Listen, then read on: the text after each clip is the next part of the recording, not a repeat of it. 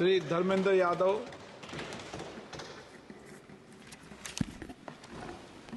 धन्यवाद अध्यक्ष जी। हालांकि हमारी पार्टी का समय नहीं था, बावजूद इसके आपने समय दिया रेल बजट पे बोलने के लिए, उसके लिए मैं आपका बहुत हृदय से धन्यवाद। अध्यक्ष जी, बहुत सारे साथियों ने बड़ी जिम्मेदारी की बात कही, जनरल बोगी बढ़ाने से लेके सफाई से लेके उन सभी चीज़ों के साथ अपने को जोड़ते हुए, चूँकि अध्यक्ष जी मैं आजमगढ़ संसदीय क्षेत्र से निर्वाचित होकर आया हूँ। आजमगढ़ संसदीय क्षेत्र अपने आप में बहुत ऐतिहासिक क्षेत्र है। अल्लामा शिबली नुमानी, कैफ़ी आज़मी, अयोध्या प्रसाद हरियोत से लेके तमाम जो हमारे एक से एक महान लोगों की ये सरजमी रही है। अध्यक्ष जी, आजमगढ़ क्षेत्र अलग अलग विविधताओं से भरा हुआ है। आजमगढ़ के लोगों को जहाँ रोज़गार के लिए मुंबई जाना पड़ता है, वहीं शिक्षा के लिए आजमगढ़ के लोगों को इलाहाबाद और प्रयागराज की ज़रूरत पड़ती है। प्रदेश की राजधानी लखनऊ है, देश की राजधानी दिल्ली है। इसलिए मैं अपनी ओर से अपने क्षेत्र के लिए आजमगढ़ से मुंबई, जो कोरोना से पहले, माननीय मंत्री जी ध्यान दे दें, कोरोना से पहले आजमगढ़ से मुंबई एक रेल चलती थी जो कोरोना काल से बंद चल रही है।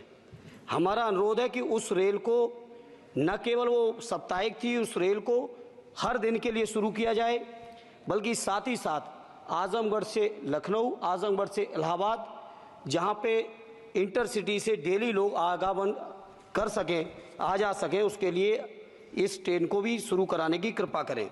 साथ ही साथ अध्यक्ष जी, आजमगढ़ से दिल्ली जाने का केवल एकमात्र जरिया कैफिया ट्रेन है, और कैफिया ट्रेन के में बैठने का टाइम तो सुनिश्चित है, लेकिन कब पहुंचेंगे इस बात की कोई भी जिम्मेदारी और गारंटी नहीं है।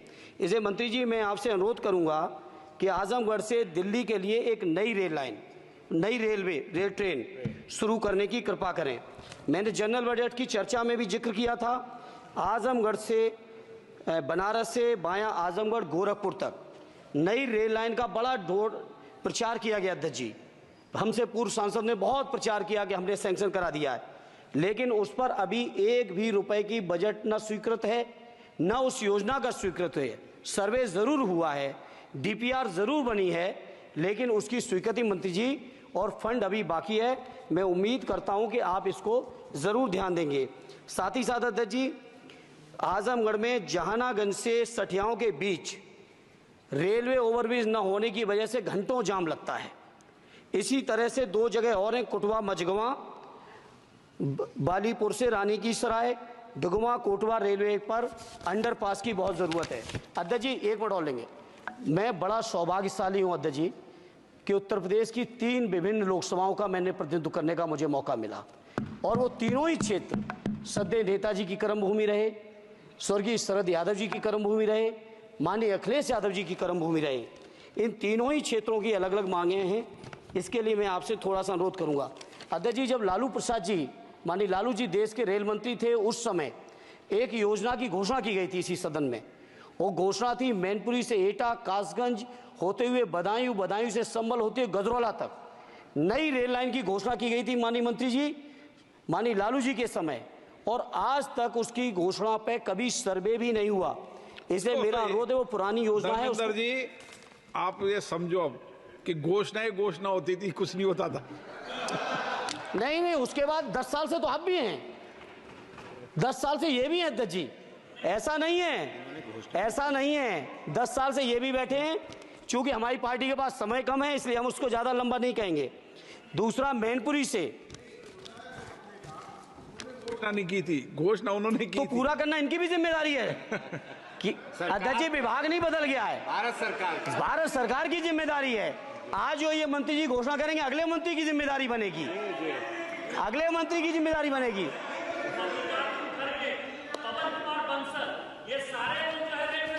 अरे 10 साल का हिसाब दे दो, अरे 10 साल का हिसाब दे दो। चलिए धर्मेंद्र जी, अरे मेरे पास समय कम है, उसका दुरुपयोग ना करो। धर्मेंद्र जी बोलिए। अध्यक्ष जी, मैनपुरी से दिल्ली के लिए, मैनपुरी से लखनऊ के लिए, बदायूं से लखनऊ के लिए, बदायूं से दिल्ली के लिए इन रेल लाइनों की सख्त, रेलवे ट्रेनों की सख्त जरूरत है।